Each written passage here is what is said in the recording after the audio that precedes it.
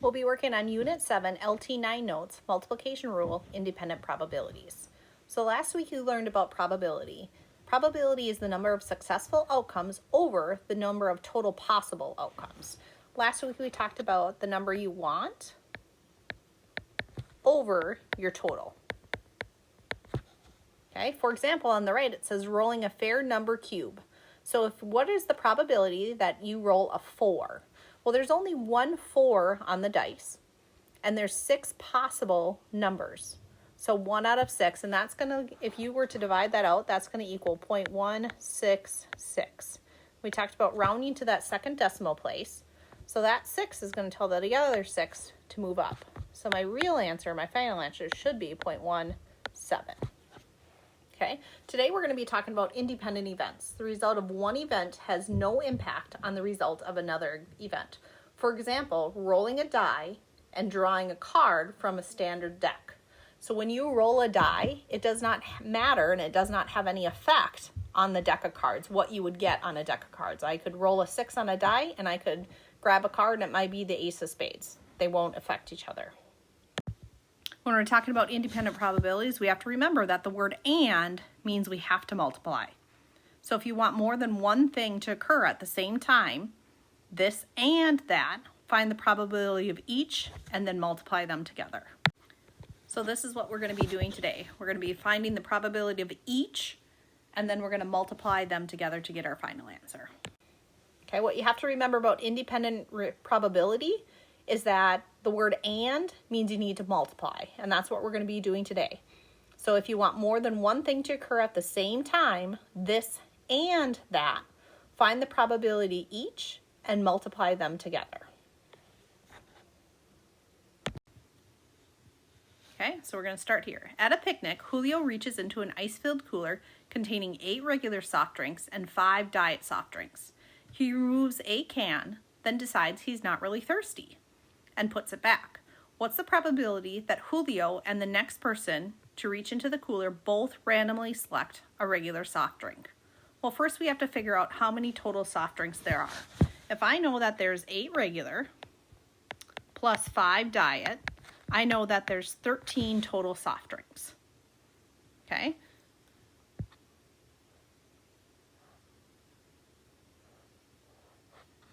And it's asking, what's the probability that Julio and the next person reach in the cooler and both randomly select a regular soft drink? So if Julio is reaching into the cooler, there's 8 regular soft drinks out of 13 total. But then he puts it back. Okay? So when his friend reaches into the cooler, there's still 13 total soft drinks, and his friend is also getting 8 out of 13 because there's 8 there. Okay, when we multiply, we're going to multiply the top half of the fraction. So 8 times 8, we get 64. And the bottom half of the fraction, 13 times 13, we get 169. And just like last week, we're going to take our top number and divide it by our bottom number. And that's going to leave us with 0.378. Okay, remember we want to round to the second place value. So this 8 is going to tell that 7 to turn to an 8. So my final answer should be 0.38.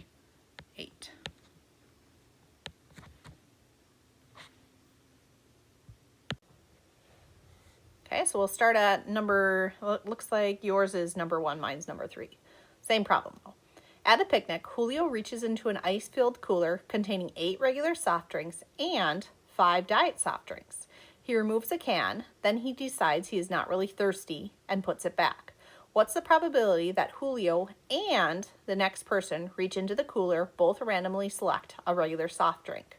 So in this word problem, I see this word and. So when I see that word and, I know I need to multiply. The first thing I need to do is figure out how many total soft drinks there are. Well, I see that there are 8 regular and 5 diet. So if I have 8 regular plus 5 diet, that means I have 13 total soft drinks. Okay, so when Julio reaches in, they want to know, he wants a regular soft drink. Okay, so if there are 8 regular out of 13 total, okay, and the next person. So now I'm going to multiply. Remember, he put the can back. So there's still 13 total soft drinks. And the next person also wants a regular soft drink. So when I multiply, I'm just going to multiply straight across on the top and straight across on the bottom. So 8 times 8 is 64 over 13 times 13 is 169. If I were to divide those out, 64 divided by 169, I get 0.378. When we round to that second decimal place, my 8 is telling that 7 to turn to an 8. So my answer should be 0.38.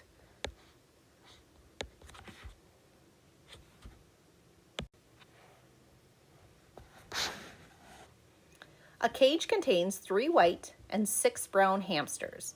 Maggie randomly selects one, puts it back, and then randomly selects another. What's the probability that both selections were white? Okay, when I read this a problem again, Maggie randomly selects one, puts it back, and, there's my word and, randomly selects another. Well, first we have to figure out how many hamsters there are. I know that there are 3 white plus 6 brown. So I know there's 9 total. What's the probability that she randomly selects a white one? So there's 3 white out of 9 total. She puts it back and then randomly selects another white one. So there's 3 white still out of 9 total. And we're going to multiply those out. 3 times 3 is 9. 9 times 9 is 81. And then when you divide that out, 9 divided by 81, you get 0.111. Okay, we're rounding to the second decimal place. That 1 is going to tell that other one to stay the same. So my final answer is 0.11.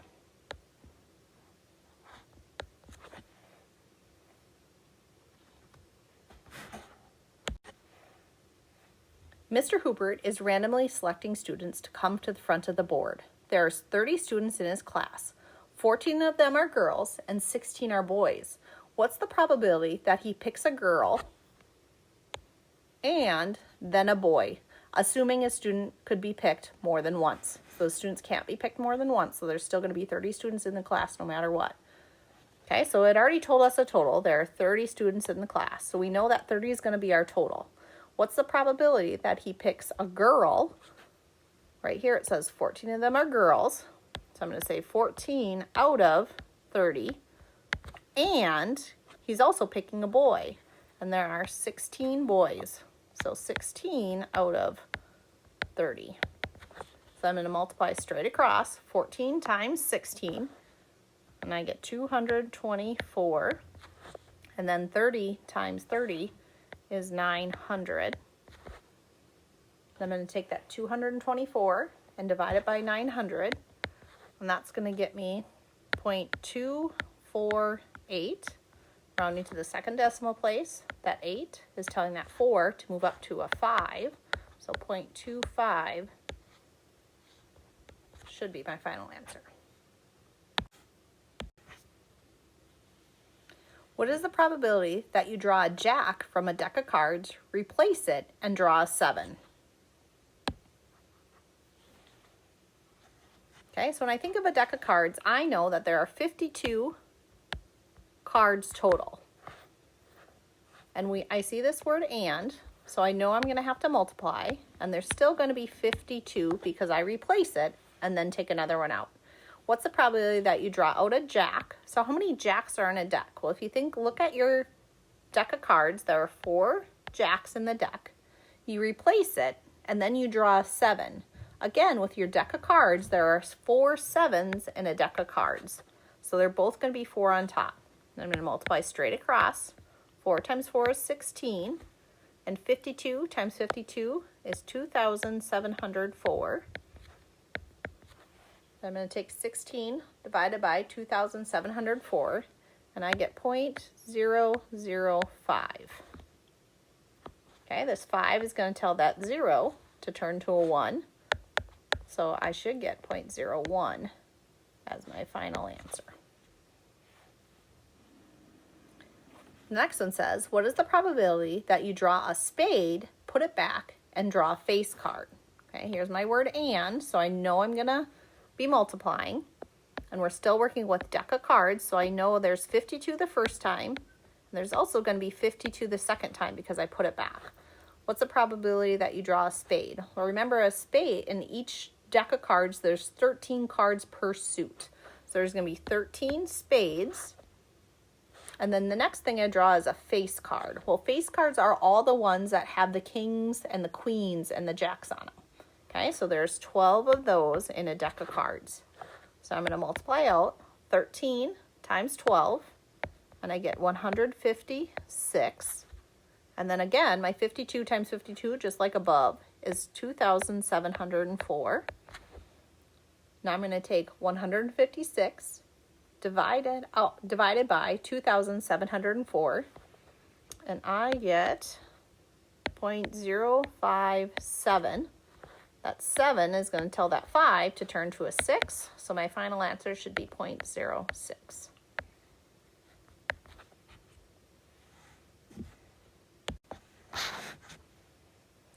Next one says there are 26 candies in a bowl. There are 6 Starburst, 10 Snickers, and 10 Reese's. What's the probability that Mrs. Beckman draws a Starburst, puts it back, and then draws a Reese's? Okay, we already know the total because it says there's 26 candies in the bowl. So I know that there's going to be 26 total both times because she puts it back. Okay, the first one says, what's the probability that Mrs. Beckman draws a Starburst? So when I look back here, it says there are 6 Starbursts. She puts it back in and then draws a Reese's. So the Reese's, there are 10. I'm going to multiply the top straight across. 6 times 10 is 60. And then I'm going to multiply the bottom. 26 times 26. 676. Then if I divide those out, 60 divided by 676, I get 0.088. We're rounding to the second decimal place. This 8 is going to tell that other 8 to turn to a 9. So my final answer should be 0.09. All right, one more to do on here. Mrs. Johnson is picking out a new pair of socks at Target. There are 6 different designs. What's the probability that she pulls out a zebra design, puts it back, and pulls out a leopard design? Okay, so we know that there's going to be 6 total, right? And we have our word and, so I know both times there's going to be 6. And because there are 6 different designs, I know that there's only one zebra design, and I also know that there would only be one leopard design. So multiply straight across. 1 times 1 is 1. 6 times 6 will give you 36. So 1 divided by 36 is 0.027. That 7 is going to tell that 2 to turn to a 3. Okay, that concludes our notes video for today. So you are set to open up the homework sheet, Unit 7, Homework 9, LT9 worksheet for that.